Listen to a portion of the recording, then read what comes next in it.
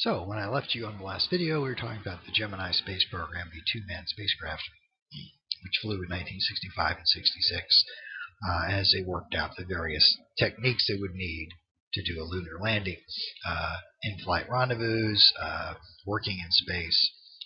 They had some challenging missions as they learned how to do these things.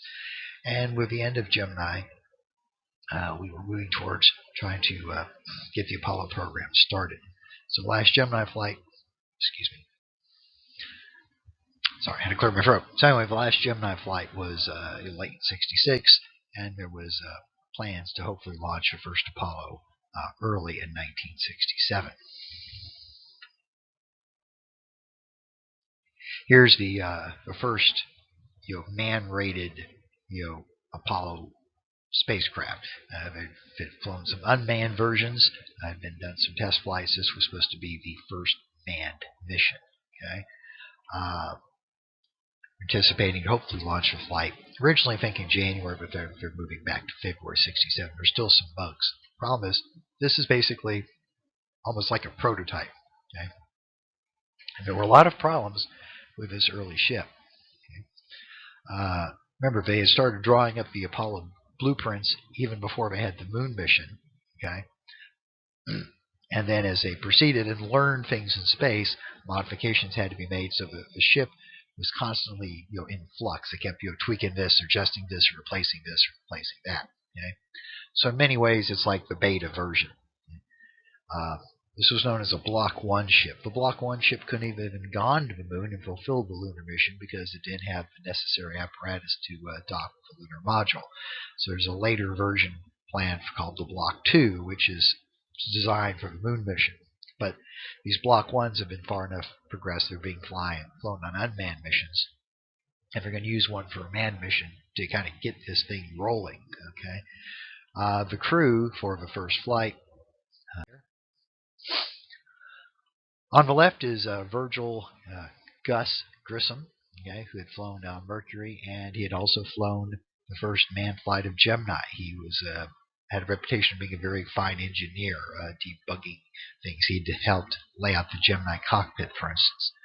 The man in the middle is Ed White, one of the second group of astronauts who had done the first spacewalk back on Gemini 4. And on the right is Roger Chaffee, Chaffee, who's a rookie. He's from the third group of astronauts of 14. Okay? So we have two experienced veterans, and then a rookie to fly this first manned mission that they're hoping to get off the ground in February. Okay? As I said, the Block 1 spacecraft, being the first one, had a lot of, now in retrospect, obvious flaws, and some of the flaws were known at the time. Okay, but everyone's working on this press of, remember, it's like a wartime footing. We've got to get to the moon by the end of the decade, and so in some ways, although the early ships, I think one person described it as a bucket of bolts. They thought, well, we can fly this thing. We're pros.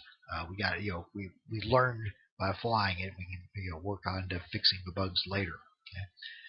So on January 27th, 1967, the crew is doing a full dress rehearsal for an actual launch. Now, they're not planning on they're not launching this spacecraft, but they're in their spacesuits. The ship has been pressurized. They haven't pressurized the rocket with fuel, but it's a simulated countdown. They're going through the whole procedure, T-minus 35 minutes or whatever. It's working their way through the dress rehearsal. Okay? Then something horribly goes wrong. Okay?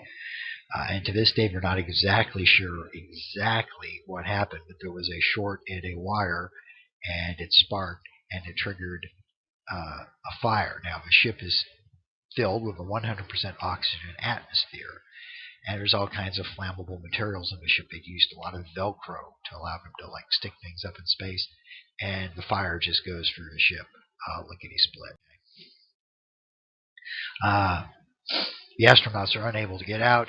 The ship had a three-piece hatch design there were good engineering reasons for that to be in place. But it was a bearcat to get open in a hurry. Okay, it took 90 seconds to open the hatch under ideal conditions, and a spacecraft on fire is far from ideal conditions. The pad crew tried to rescue the astronauts, but they were driven back by flame and smoke. They didn't have adequate, fire suppression equipment of their own, and the fire quickly burns through the spacecraft, burns through the oxygen supply system, and the astronauts, although they are burned, they basically die of asphyxiation from poisonous gases. This is a horrible tragedy. So 3 men have been killed, and this ship is obviously destroyed, and this just grounds the Apollo program to a halt. Okay? Now, there were some pluses. I mean, there's never a plus side to having 3 men lost, but it was good that it happened on Earth instead of in space. If it happened in space, we never would have known what happened. It happened on the launch pad. They were able to dissect the spacecraft and take it apart piece by piece by piece, finding the problems. Okay, and this also creates a halt to the Apollo program for over a year while they redesign things, while they figure out first of all what happened. Okay, in some ways this was a big blessing because they were on this rush, time schedule. And everyone was afraid to say, tap the brakes, we need to fix this. Okay? And so while they're sorting all this out, work on the Block 2s continues. They work out more problems with lunar modules. And so this kind of gives them an opportunity to try to rectify some of the problems in the system. Okay? So eventually, that was the Apollo. That was known as the Apollo 1 fire. Okay? It was supposed to be the first manned flight. After this, they messed with a numbering system. They go back and retroactively apply numbers to 3 of the unmanned flights that had already gone. There's some unmanned flights while they're working out the new booster rocket.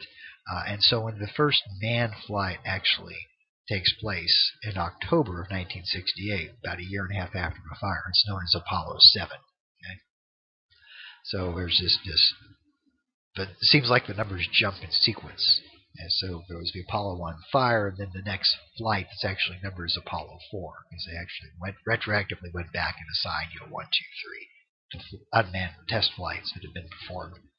So in October 1968, 3 astronauts take off in the improved Block 2 command module from Launch Complex 34, which was where the fire had taken place, and successfully fly this spacecraft around the Earth for, if I recall, 11 days. This is just a shakedown cruise. They need to make sure that this ship is functional. Okay? 11 days is long enough to go to the moon and back. So you want to make sure the ship can hold together. Now, this spaceship, the Apollo 7 command module, is on display at Love Field at the Frontiers of Flight Museum.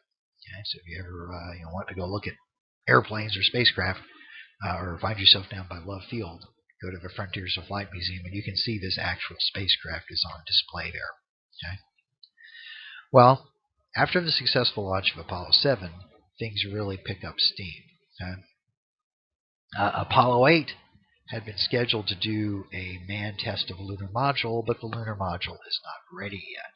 Okay? And they have to come, so they can either wait for the lunar lander to be available, and put a pause in the program, or try something, come up with something else. So at Apollo 8, they decide to go ahead and fly the spacecraft to the moon. Okay, now, they don't have a lander, they can't land.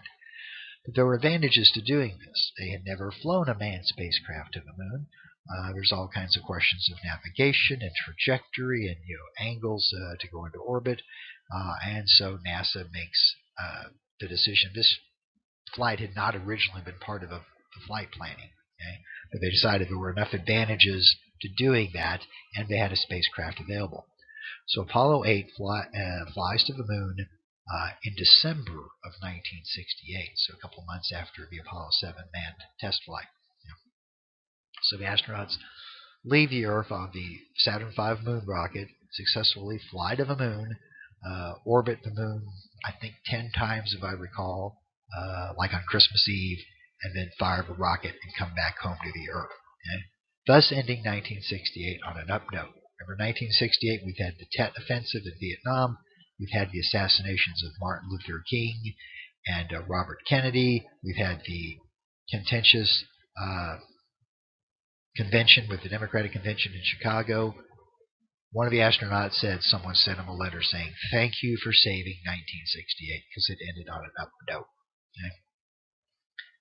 Well, from here, basically we're on the, going through these steps to try to get to the moon. Okay? I don't think I have a slide for the next couple. Let me see here. This is the Saturn V moon rocket. Okay? It's designed to take off from Florida, from the Kennedy Space Center, Launch Complex 39, and transport astronauts to the moon. Okay? It's been used on Apollo 8. Okay? Apollo 9 is a test flight of the lunar lander, so it takes place in Earth orbit. Okay?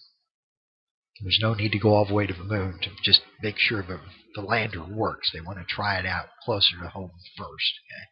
So Apollo 9 is a big engineering test flight to run the first manned flight of the lunar lander. It takes place in Earth orbit. Apollo 10 is a complete dress rehearsal of the moon landing. Okay? The Apollo 10 spacecraft flies to the moon. The lander separates with 2 astronauts in it. Approaches like they're going to land, and they stop like at 10,000 feet. They don't land on the moon for various reasons. One, the ship was not the right weight to land on the moon. It was overweight. It could have landed. It might have been problematic getting it back up again. Okay? But because it was always geared towards a test flight, they didn't worry about it. Okay? So the Apollo 10 is a complete, full dress rehearsal with everything but the actual landing. And trust me, there was enough to learn about navigating the lunar module near the moon. The mass of the moon can affect the navigation. And so it looks like the first attempt, the first time we'll actually be able to try to land, would be on Apollo 11. Oh, I forgot, the Apollo 8, first astronauts to see the Earth as a sphere in space. Okay? That they get far enough out that they can look back and go, wow, look at this tiny little marble we live on. Okay? All right.